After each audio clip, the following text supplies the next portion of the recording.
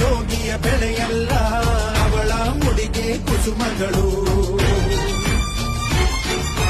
ಹರಿಯುವ ನದಿಯ ನೀರಲ್ಲ ಅವಳ ಎದೆಯ ಅಮೃತವು.